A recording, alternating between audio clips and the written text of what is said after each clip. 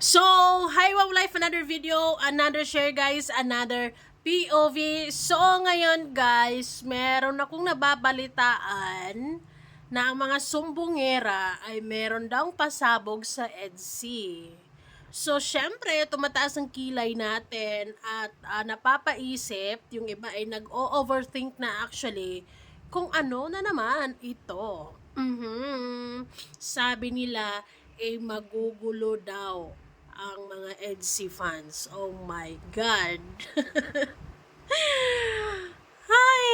I hope na kung sakali mang mga pakulo na yan, kung ano mang mga naisipan nilang pasabog, so on and so forth, para magkadagulo-gulo ang mga EDSA fans, sigurado ako sa EDSA ay hindi na yan magugulo, 'di ba? Hindi I believe na itong dalawa na to ay sulit na talaga yan.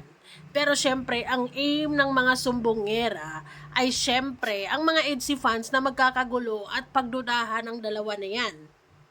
So ngayon ang tanong, ano kaya ang mga naglalaro sa isipan nyo? Ano ang mga posibleng pakulo? Ano mga posibleng mga pasabog? Dahil meron daw pasabog. Not just one, twice, pero 3 pasabog. Oh my God. Nakakakaba?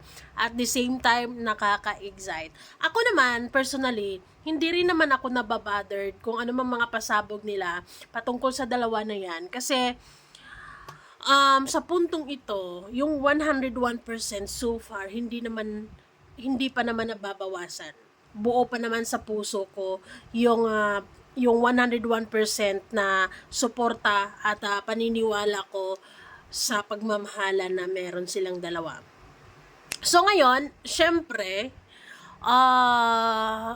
mayroon pa rin palang mga itim na ano mang tawag sa kanila, mga sumbongera na hindi pa rin totally hayaan na maging masaya na lang ang dalawa, 'di ba? At hayaan na lang tayong mag-enjoy din sa story ng dalawang ito. Pero syempre, merong mga bitter hearts. Hindi pa rin totally matanggap at maka-move on at tila ba parang meron silang niluluto. Nako, niluluto. Ano na naman kaya? So guys, kayo mga EDSA fans, ano bang nasa isip nyo na posibleng pasabog ng mga to? Or, kung ano man ang mga pasabog nila, kahit palagay natin, ano ba, may, ano ba bang mga pinaka-worst na pasabog na posibleng magigiba ang tiwala nyo sa dalawa? May babae si Kalinga Pido, may ibang girlfriend. I think, yun lang yung pinaka-worst for me.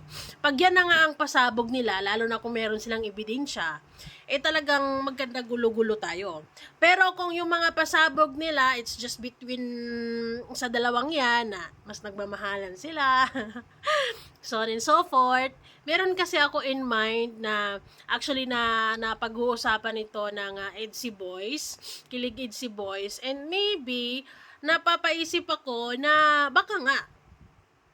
Pero syempre sa mga solid fans ng EDSA, kung yun ang ipapasabog nila, para sa akin hindi ako maapektuhan kasi mas mararamdaman ko lalo na totoo yung feelings nila para sa isa't isa. 'Di ba? Para sa akin kasi mabubulabog lang ako sa totoo lang kung merong iba. 'Di ba? Kung merong iba, kung merong third party, 'yun lang yung pinaka-worst na pasabog na posibleng magkanda gulo-gulo kaming mga EDSA fans. Pero if it's not about the third party, walang dating yung mga pasabog na ganyan. 'Di ba?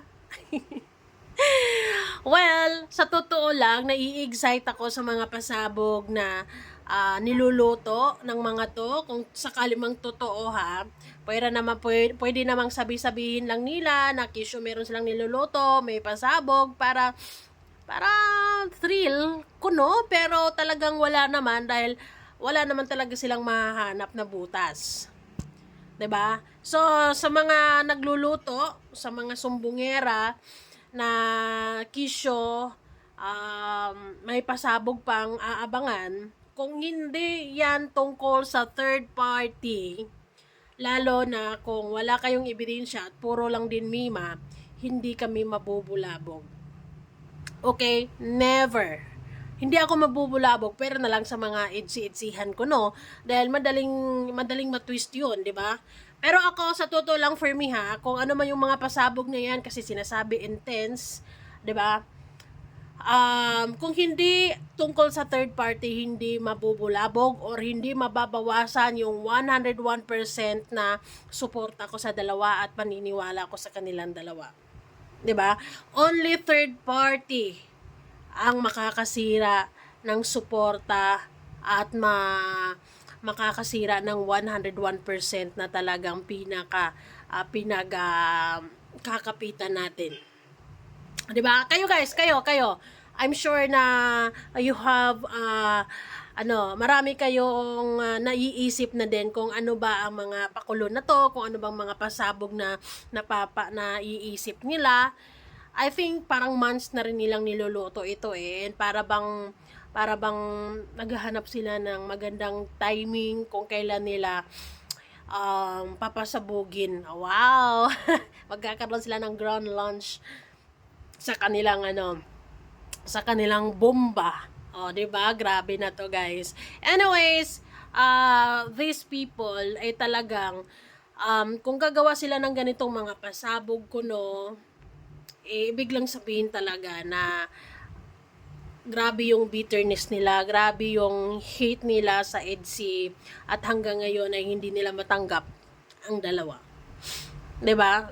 So that's the only reason kung bakit ka magmi-medal sa dalawang nagmamahalan, 'di ba? Kung bakit ka kukontra sa dalawa or sa sa mga bagay-bagay patungkol sa dalawa, 'di ba? It's only bitterness, grudge, or yung hate mo sa kanilang dalawa, you can't let it go pa.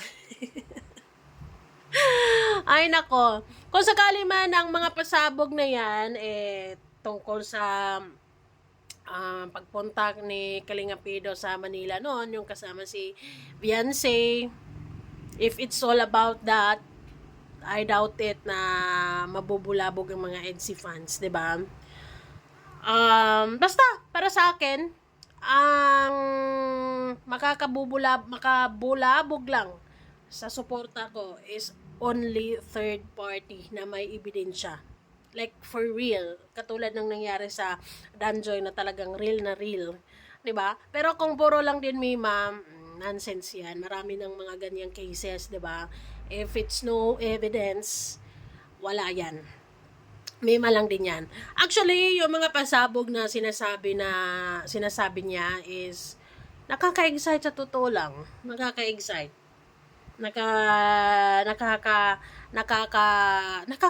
at the same time sa totoo lang, and napapaisip ka din talaga kung ano yun. Talagang mayroong sanib puwersa atang nagaganap na pinaplano ang lahat. Pero ako naman kasi, that's why hindi ako nababothered sa totoo lang, because I believe na si Kalinga Pido at saka si Beyonce, hindi na to basta-basta masisira na lang kung sino man.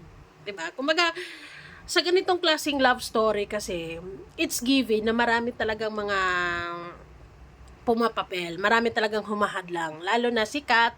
And syempre, you can please everybody to like EDSI, 'di ba? To really accept kung ano mang meron sa kanilang dalawa. It's given, and I hope na pag-usapan na rin nilang dalawa na may mga tao talaga na gagawa ng kalukuhan just to para magkahiwalay sila, 'di ba? Pero I hope na mas matatag sila sa inasahan natin na kahit anumang problema ay they will stay stronger.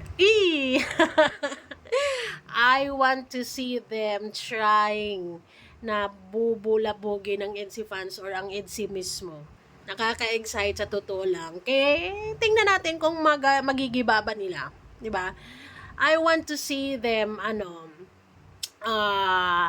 papasabugin kung ano man ang pinaplano nila. And let's see. Anayaan natin si Kalingap Ido to